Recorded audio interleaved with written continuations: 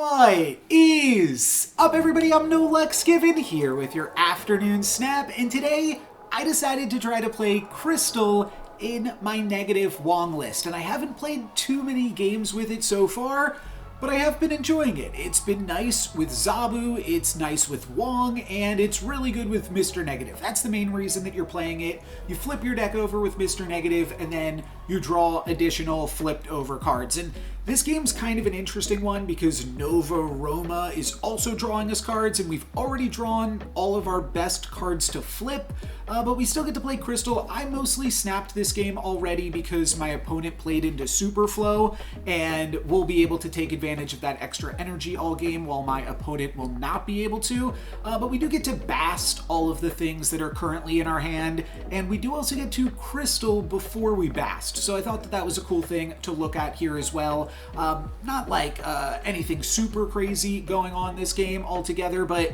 the fact that we do get to draw a huge portion of our deck is pretty cool. It means that we're going to have a lot of options for these final turns of the game. So on turn 4, I'm just going to drop Iron Man, and then on turn 5, I will probably play Wong and Mystique.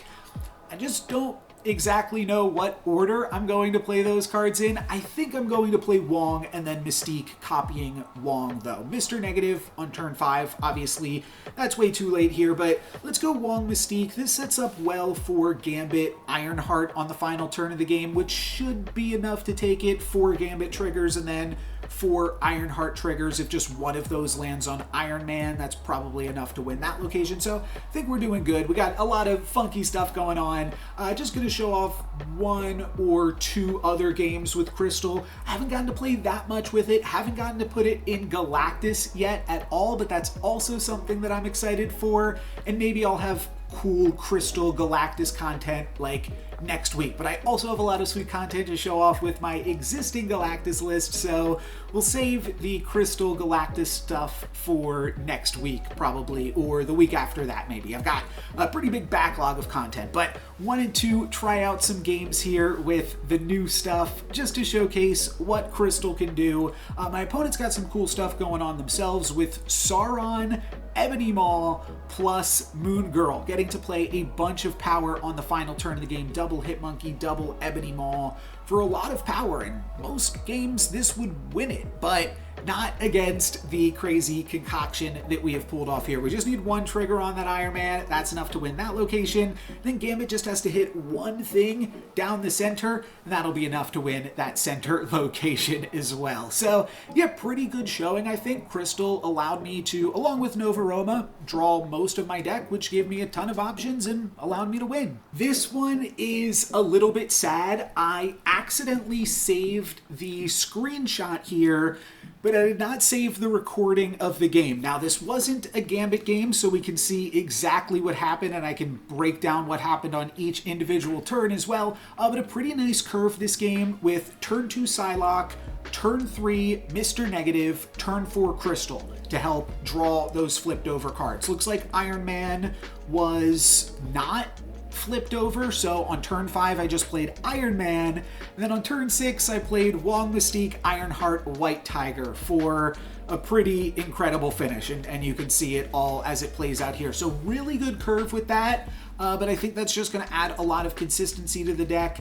It is obviously much stronger to go Mr. Negative and then Crystal off of a Zabu or a Psylocke, but it isn't unreasonable to play Crystal into Mr. Negative, and Crystal just allows you more opportunities to hit that Mr. Negative by turn 4 to still, and with the ramp that you play it on turn 3. So yeah, I think that there's definitely some potential for Crystal going forward in this deck. While I do not have any Crystal Galactus to showcase, I do have this game. This is a really, really great curve. Turn 1 Bast, turn 2 Zabu, turn 3 Mr. Negative. So I've already snapped. Things are looking quite good. We even hit the Wakandan Embassy to continue to pump up everything in our hand, and then we actually have the best turn 4 play for the deck as well, which is Crystal to follow up after that flipped Mr. Negative turn.